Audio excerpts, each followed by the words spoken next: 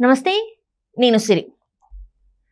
మనం చూసినట్టయితే కొండా సురేఖ గారు కొన్ని వ్యాఖ్యలు చేయడం జరిగింది. కేటీఆర్ గురించి మాట్లాడే సందర్భంలో ఒక హీరో హీరోయిన్ గురించి వాళ్ళ వైవాహిక జీవితం గురించి కొన్ని వ్యాఖ్యలు చేయడం జరిగింది. దానిపైన కూడా మళ్ళీ కొండా సురేఖ గారు అయితే ఆ వ్యాఖ్యలను వెనక్కి తీసుకోవడం జరిగింది. కానీ ఈ వివాదం ఇక్కడితో అంటే దానికి ఒక ఎండ్ కార్డ్ పడుతుందని మాత్రం అనిపిస్తలేదు. ఎందుకంటే ఆర్జీవి గారు ఇది చల్లారుతున్న కొద్దీ ఆజ్యం పోస్తున్నట్టు అనిపిస్తుంది.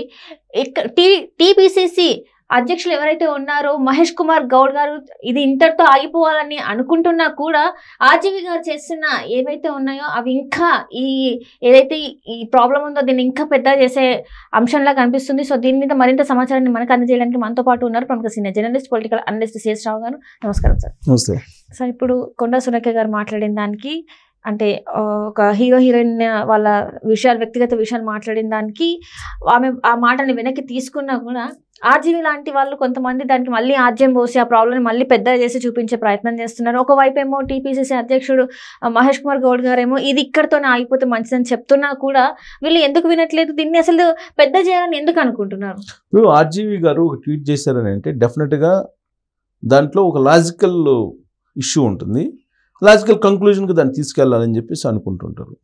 ఆయన సమంత మంత్రి కొండా సురేఖ గారి మధ్య రాజుకున్నటువంటి వివాదం ఏదైతే ఉందో ఒక రకంగా సమంత కాదు, అక్కినేని వర్సెస్ కొండా సురేఖ గారు అని చెప్పి అనుకోవచ్చు.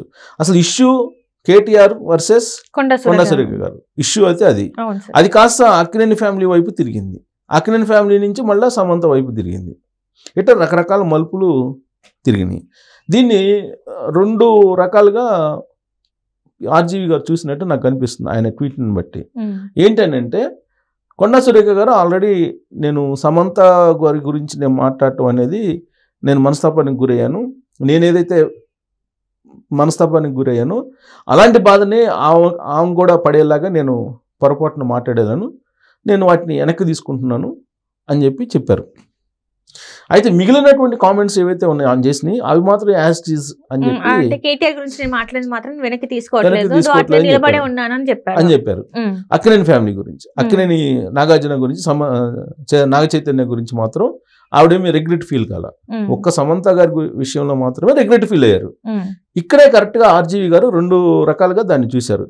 సమంత గారి విషయంలో రిగ్రెట్ ఫీల్ అయినటువంటి కొండా సురేఖ గారు అక్కినేని ఫ్యామిలీ గురించి ఎందుకు రిగ్రెట్ ఫీల్ కావట్లేదు అంటే అక్కినేని ఫ్యామిలీ ఇలాంటి పనులు చేస్తారా అనేటువంటి యాంగిల్లో దాన్ని కొంచెం ఫ్లేవర్ దట్టించారు ఆర్జీవి గారు. ఆ విషయంలో కొంచెం బాగా ముందుంటారు కదా ఆర్జీవి గారు, దాన్ని పండించడంలో కానీ రాజేయటంలో కానీ. సో దాంట్లో కంక్లూజన్కి తీసుకురావాలనుకున్నారు, దాన్ని చర్చలోకి పెట్టాలని చెప్పేసి అనుకున్నారు ఆర్జీవి గారు. కారణం ఏంటంటే అక్కినేని ఫ్యామిలీ ఎప్పుడు కూడా గోడ మీద పిల్లి వాటం అనేది టాలీవుడ్లో నడిచేటువంటి చర్చ. అంటే వివాదరహితంగానే ఉంటారు కానీ బట్ వాళ్ళంతా బిజినెస్ యాంగిల్ మాత్రమే ఉంటుంది అక్కడ. ప్లస్ వాళ్ళు జారిపోయేటువంటి రకం అంటారు కదా, ఆ టైప్ అనేది టాలీవుడ్లో వాళ్ళ గురించి ఎక్కువ మంది భావించేటువంటి ఒక భావన అది. సో వివాదరహితంగా ఉండటం మంచిదే. ఇప్పుడు అక్కినేని నాగార్జున గారు వాళ్ళ నాన్నగారు ఉన్నప్పుడు కూడా వివాదరహితంగానే ఉండేవాళ్ళు, వాళ్ళేమి వివాదాలకి ఎప్పుడు వచ్చేవాళ్ళు కాదు, వివాదాలకు దూరంగా వీళ్ళంత వరకు ఉండాలని చెప్పి ఉండేటువంటి ఫ్యామిలీ అది. కానీ పక్కా బిజినెస్ ఫ్యామిలీ అని చెప్పి అంటూ ఉంటారు టాలీవుడ్లో వాళ్ళు. అందుకే ఈ మధ్యకాలంలో ఎన్కన్వెన్షన్ కూల్ చేసినప్పుడు కూడా టాలీవుడ్లో ఎవరు పెద్దగా స్పందించలేదు, పెద్దగా అసలు ఎవరు స్పందించలేదు. వాస్తవంగా జనరల్గా ఏదైనా జరిగినప్పుడు అందరూ స్పందిస్తూ ఉంటారు. అంటే లైక్ మన సమంత గారి జరిగినప్పుడు అందరూ స్పందించారు. కానీ నాగార్జున గారికి సంబంధించిన ఎన్కన్వెన్షన్ కూల్ చేసినప్పుడు ఎవరు స్పందించాల. అది 500 కోట్ల రూపాయల ప్రాపర్టీ, రోజుకి 50 లక్షల రూపాయల వరకు రెంట్ వస్తుందని అంటున్నారు. అంటే 100 కోట్ల రూపాయలు ప్రాఫిట్, అంటే నీకు ఇయర్ మొత్తం మీద 100 కోట్ల దాకా వస్తుందని చెప్పి చెప్తున్నారు. లెక్క మొన్న ఏదో రాశారు, ఇది ఎక్కడ చదివాను నేను. అంత ప్రాపర్టీని కోల్పోయినప్పుడు నాగార్జున గారు కనీసం సానుభూతి అన్నా వ్యక్తపరచాలి. లేదంటే ప్రభుత్వం హైడ్రా చేస్తున్నటువంటిది కరెక్ట్ కాదు, మీరు నోటీసులు ఇవ్వాలి కదా, నోటీసులు ఇచ్చిన తర్వాత రెస్పాండ్ కావాలి కదా అనేది టెక్నికల్ ఇష్యూ కూల్చినటువంటి ప్రక్రియ కరెక్ట్ కాదని అనేది అనాలి.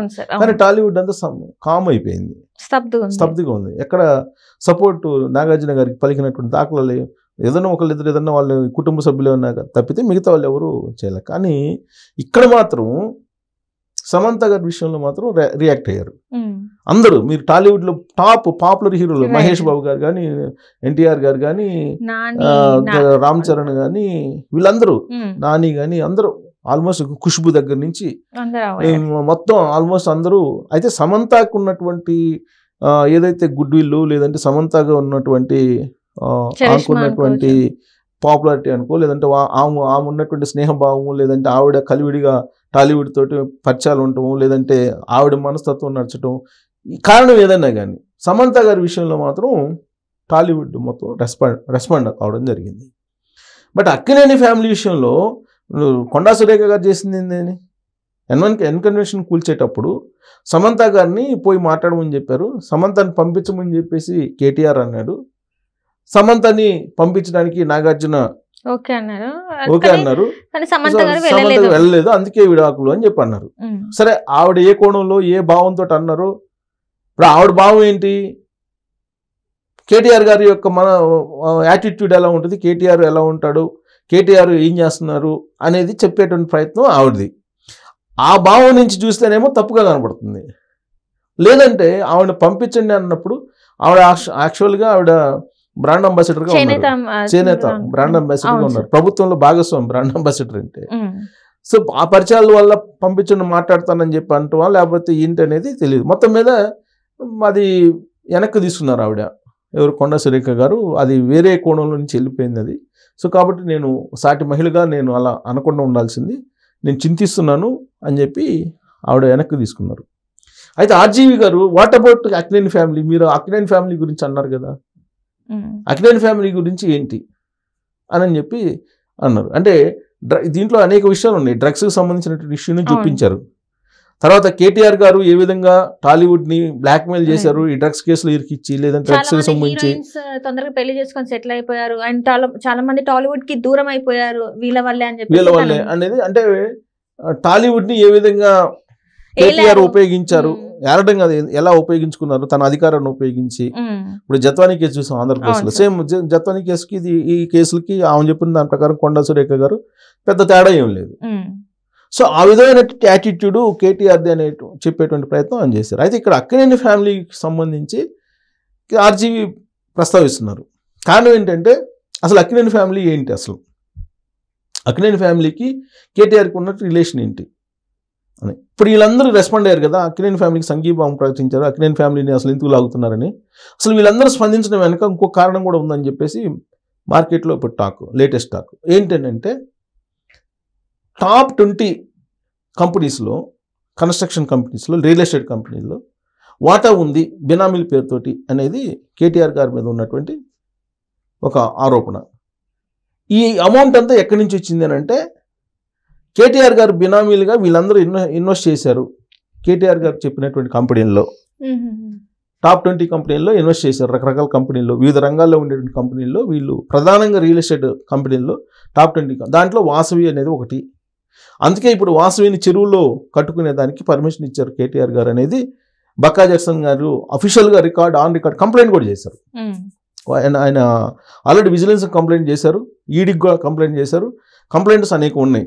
ఇప్పుడు బాచుపల్లి దగ్గర వాసవి కన్స్ట్రక్షన్ జరుగుతుంది, అది పక్కాగా చెరువు, కొన్ని వందల ఎకరాల్లో ఉన్నట్టు చెరువుని రాసి ఇచ్చేసారు కేటీఆర్ అతను మున్సిపల్ శాఖ మంత్రిగా ఉన్నప్పుడు అని చెప్పి. దాంట్లో ఈ సినిమా ఇండస్ట్రీకి సంబంధించినటువంటి వాళ్ళు ఇప్పుడు రెస్పాండ్ అయినటువంటి వాళ్ళల్లో సంఘీభావం నాగార్జునకి ప్రకటించినటువంటి వాళ్ళలో 80% ఇన్వెస్టర్స్ ఉన్నారు దాంట్లో. ఇదంతా బినామీ వ్యవహారం నడుపుతున్నారు, డాన్ లాగా, టాలీవుడ్ డాన్ లాగా కేటీఆర్ గారు వ్యవహరిస్తున్నారు అనేది ఆయన మీద ఉన్నటువంటి ఆరోపణ. ఇప్పుడు కాంగ్రెస్ పార్టీ వాళ్ళు అదే చేస్తున్నారు సోషల్ మీడియాలో ఆయన మీద. సో వాసవిలో పెట్టుబడులు ఉన్నాయి, వీళ్ళ మొత్తం జాబ్ వాళ్ళు రెస్పాండ్ అయినారు. ఎవరైతే రెస్పాండ్ అయ్యి వీళ్ళు కేటీఆర్ పక్షాన నిలుస్తున్నారో వీళ్ళందరూ ఇన్వెస్ట్మెంట్స్ ఉన్నాయి అని అక్కడ టాప్ 20 కంపెనీస్లో ఈయనే పెట్టించాడు. వీళ్ళే పెట్టుబడులు పెట్టి వాళ్ళందరూ బినామీలుగా వ్యవహరిస్తున్నారు. ఆయనే మొత్తం వీళ్ళందరికీ ఇన్వెస్ట్ చేయమని చెప్పి ఇన్వెస్ట్మెంట్ చేయించి ఆ ప్రాజెక్టులో మొత్తం గూడుపుటాన్ని నడిపించారు. కాబట్టి ఇప్పుడు దాన్ని వాసవిని కూల్చేసేటువంటి ప్రయత్నం రేవంత్ రెడ్డి గారు చేస్తున్నారు. కాబట్టి ఈ పేదలందరిని రెచ్చగొట్టి ఈ హైడ్రాని ఆపేయాలనుకుంటున్నారు. వాసవిని కూల్చేయటం ఖాయం అని చెప్పి రేవంత్ రెడ్డి గారు చెప్తున్నారు. కరెక్ట్గా ఈ పాయింట్ దగ్గరనే టాలీవుడ్ మొత్తం రివోల్ట్ అయ్యి కేటీఆర్కి మద్దతు పలుకుతుంది, అఖిలేన్ ఫ్యామిలీకి మద్దతు పలుకుతుంది. అంతే తప్ప ఎన్కన్వెన్షన్ గురించినప్పుడు లేనటువంటి మద్దతు ఇప్పుడు రావడానికి కారణం దీని వెనుక ఇలాంటి డాన్ వ్యవహారం ఉంది అనేది ఇప్పుడు కాంగ్రెస్ పార్టీ చెప్తుంది.